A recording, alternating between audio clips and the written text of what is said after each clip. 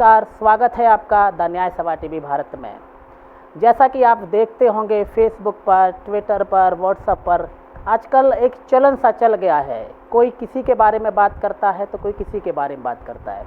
वहीं एक चीज़ और आपने देखी होगी कि जो उमा जी हैं अपने आप को क्या बोलती हैं वो तो आप बेहतर तरीके से समझ सकते हैं।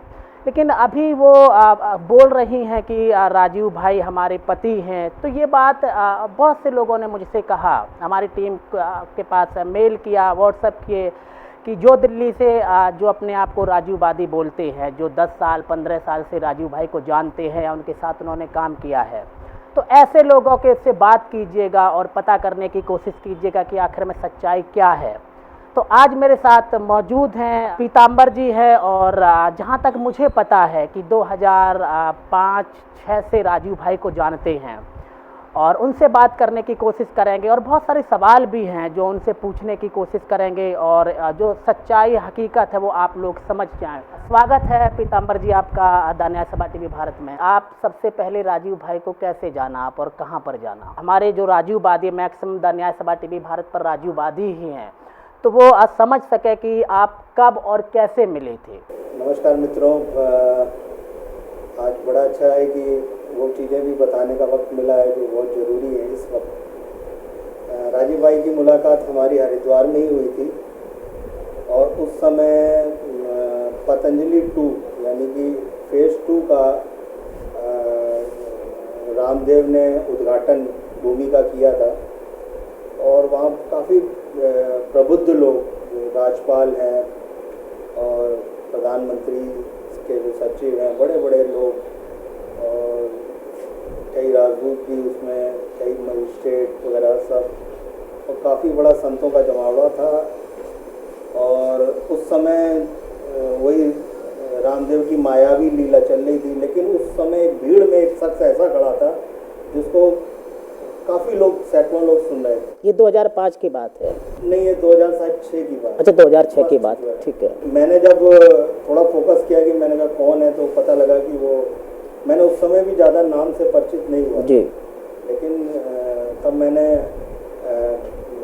बाद में जाना, जब पूछा मैंने लोगों से तो पता लगा, मेरी मुलाकात हो उनसे। मैं हर एक की इच्छा होती कि ऐसे व्यक्ति से हम लोग बात करें। तो फर्स्ट जब सीज़न शुरू हुआ रामदेव का हॉल के अंदर, तो उस समय कुछ 200-250 लोग थे हॉल के अंदर जी, और हमसे मांगा गया था कि कुछ स्वराज भारत के ऊपर, स्वराज भारत कल कैसा हो उसके ऊपर लेटर लिखें। तो सबने लिखे थे, मैंने भी लिखा था, लेकिन वो लेटर सबका पढ़ा गया स्टेज से। उस समय जयदीप आर्या जो वहाँ पे रामदेव के सचिव थे, वो सबका लेटर पढ़ा, लेकिन मेरा लेटर नहीं पढ़ा। मैं बड़ा बहुत मुझे तकलीफ हुई। राजीव भाई के व्याख्यान भी चले जी। मैं दिल्ली आ गया। दिल्ली आने के बाद 5-10 दिन के अंदर मेरे पास रात को फ़ोन आया और शायद मेरी ज़िंदगी का सबसे अच्छा दिन था जी। वो आवाज़ राजीव दीक्षित की थी जी। कब की बात है? ये 2006 की बात। अच्छा, 2006 की बात है। शायद इन्हीं मई-जून में प्रोग्राम था जी। और मैं तो उठ के बैठ गया। तो मैंने काफ़ी देर बातचीत की, तो उन्होंने कहा हरिद्वार आ सकते हैं? मैंने कहा जी बिल्कुल आ सकते हैं। तो वो मुझे लग रहा था कि इंडिविजुअल एक एक करके वो बुला रहे हैं, तो मैं हरिद्वार गया। फिर मेरी मुलाकात हुई। फर्स्ट बहुत प्रभावशाली थे वो तो सब लोग जानते हैं कि राजीव भाई के बारे में। हमारी उनसे वार्तालाप हुई स्वराज भारत के ऊपर। फिर उन जो चौंकाने वाली बात थी, तो उन्होंने सबसे पहले वो लेटर दिखाया जो हमारा स्टेज पर नहीं पढ़ा जी, क्योंकि उसमें कोई स्वार्थ की बात नहीं थी। तो ये मेरी मुलाकात थी। अच्छा, 2000 अब तो 2006 के बाद 7, 8, 9, 10 के बाद तो राजीव भाई नहीं रहे। तो आपको कैसा लगा जब आपने राजीव भाई को सुना कि दुनिया में नहीं रहे? उसके बाद आपके मन में क्या हुआ? आपने रामदेव से या फिर किसी और लोगों से सवाल जवाब किए? हम राजीव भाई और कुछ मित्र आपस में मीटिंग करते रहते थे। मीटिंग करने के बाद फिर जो हम लोगों की संकल्प लेने की शक्ति बहुत कम लोगों में होती है, और राजीव भाई को ऐसे लोगों की ही तलाश थी। जैसे रामदेव का संकल्प नहीं रहा जी, तो वो जो संकल्प वाले व्यक्ति थे, तो उस समय हमने संकल्प लिया था, और ख़ासतौर से जो राजीव भाई का वीडियो भी आपने सुना होगा, जिन्होंने का जो अपना परिवार सब कुछ छोड़ सकते हैं राष्ट्र के लिए, ऐसा रामदेव ने भी बोला था। तो 2010 के बाद क्या आपने किया? जब 2030 नवंबर को उनकी डेथ हो गई, ठीक है, वो तो सबको पता है कि किस प्रकार से, लेकिन जिसके पास प्रूफ नहीं है, ठीक है, तो बोलने से तो कुछ नहीं होता, आजकल तो प्रूफ चाहिए कोर्ट को अगर आप कुछ भी करते हैं। तो आपने जो आपके साथी और थे, आपने बताया कि 2006 में 250 लोग मौजूद थे, ठीक है, जब 250 लोग मौजूद थे तो वो उसमें से राजू भाई भी एक थे, ठीक है, तो 2010 के बाद क्यों ऐसा हुआ कि किसी ने आवाज़ नहीं उठाई इस चीज़ पर कि जब उनका एक साथी, उनका एक कलीग, उनका एक साथ रहने वाले के साथ कुछ हो जाता है, तो जो और भी लोग थे तो उन्होंने क्यों इस पर आवाज़ नहीं उठाई, या FIR वगैरह या फिर पोस्टमार्टम कुछ क्यों नहीं कराया? इसके बारे में है आपको जानकारी? हाँ, मैं जो मेरे पास जो जानकारी है वो मैं आपसे शेयर कर सकता हूँ जी। होता क्या है कि किसी भी मायावी, जैसे तंत्र में आदमी थोड़ा बह जाता है कि जैसे रामदेव का माया मंडल उस समय इतना ज़्यादा था कि आदमी कोई शक ही नहीं कर सकता। मतलब एक क्रिमिनल वो इतना मायावी हो सकता है, इतना, उसकी सच के आगे राजीव भाई भी पीछे थे। मतलब हमने सोचा कि मूवमेंट तो हो ही रही है, अगर हमारे भाई कोई बीच में चला गया है तो फॉरगेट, हमें आगे युद्ध लड़ना है।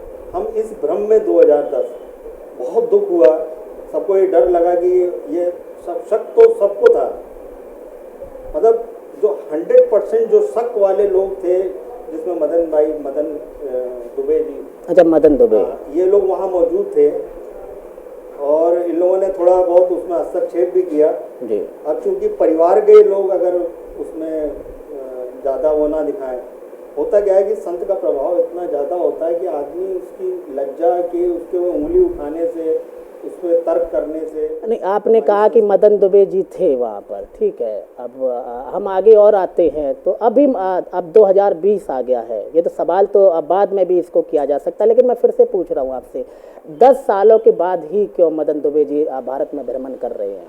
ऐसा क्या हुआ 10 साल तक वो शांत रहे? देखिए, बहुत प्रयास किया उन्होंने भी, वर्धा से भी किया जी, और मैं ज़्यादा नहीं मिला उनसे जी।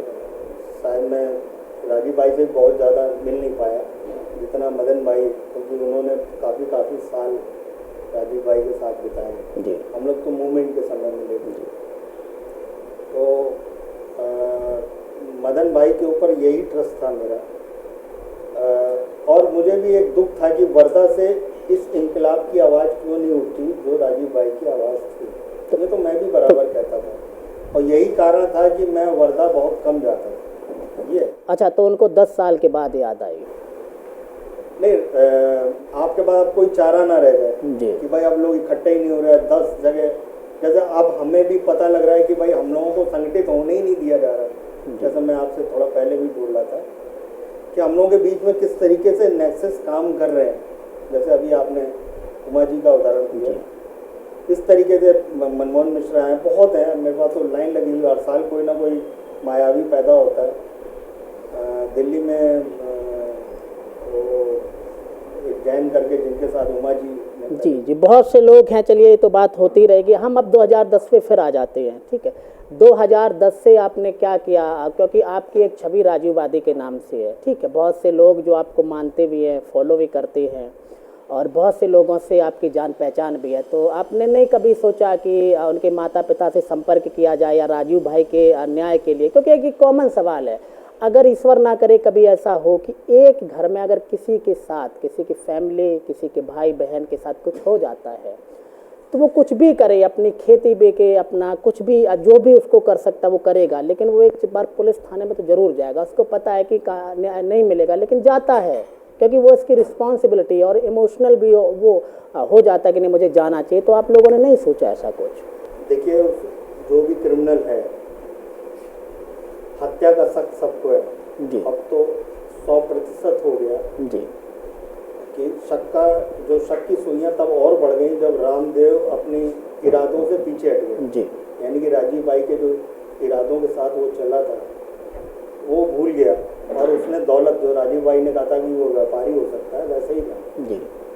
हम क्या करते हैं, हम ना किसी को फॉलो करने लग जाते हैं। जैसे हमने अभी मदन जी को फॉलो करना शुरू किया, उससे पहले उनके माता पिता को किया, रामदेव को किया, मतलब जिसमें हम नेतृत्व करना नहीं चाहते। हम भारत के अंदर शायद हर व्यक्ति चाहता है कि मैं हीरो ना बनूं, मतलब राष्ट्र की जब बात हो तो ऐसा मन में नहीं आता ख्याल। हर एक पे भरोसा किया, जैसे मनमोहन मिश्रा का, इन पे भरोसा करते गए। तो जब ये पता लगा कि यार ये सब नेक्सस है क्या, अब क्या है कि हमने उन लोगों को जोड़ा जिसके जो संकल्प के साथ, जो कभी पीछे नहीं हटेंगे। अब जो मदन भाई के साथ हम शुरू कर रहे हैं उसमें यही संकल्प है। उसमें जैसे ये जैसे ना हाथ पर झाड़ के घर बार छोड़ करके काम करना, क्योंकि अब जिंदगी का मरते दम तक यही उद्देश्य है।